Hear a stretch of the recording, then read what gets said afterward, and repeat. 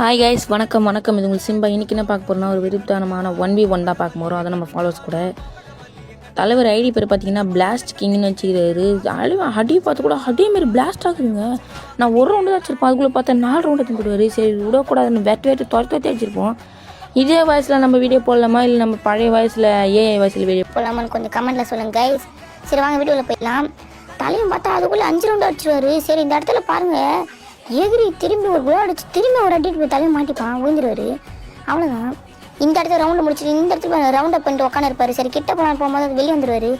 சரி கோல் அடிச்சு டபுள் பேர் எடுத்து ஒரு அடி தான், பியூர் ரெட்டு தலை ஊற்றிடும்.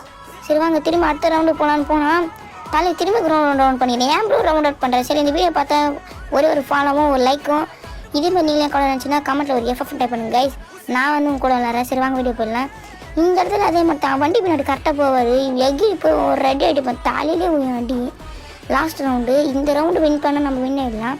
ஒரு டேமேஜ் கொடுத்துட்டு க்ளோவால் வச்சுட்டு திரும்பி அடிப்பேன், ஆனால் உயாது ரவுண்டை பண்ணி ஒரு ரெடி அடிப்பேன். அவ்வளோதான் கைஸ், மேட்சை முடிச்சு. பாய் கைஸ், பாய்.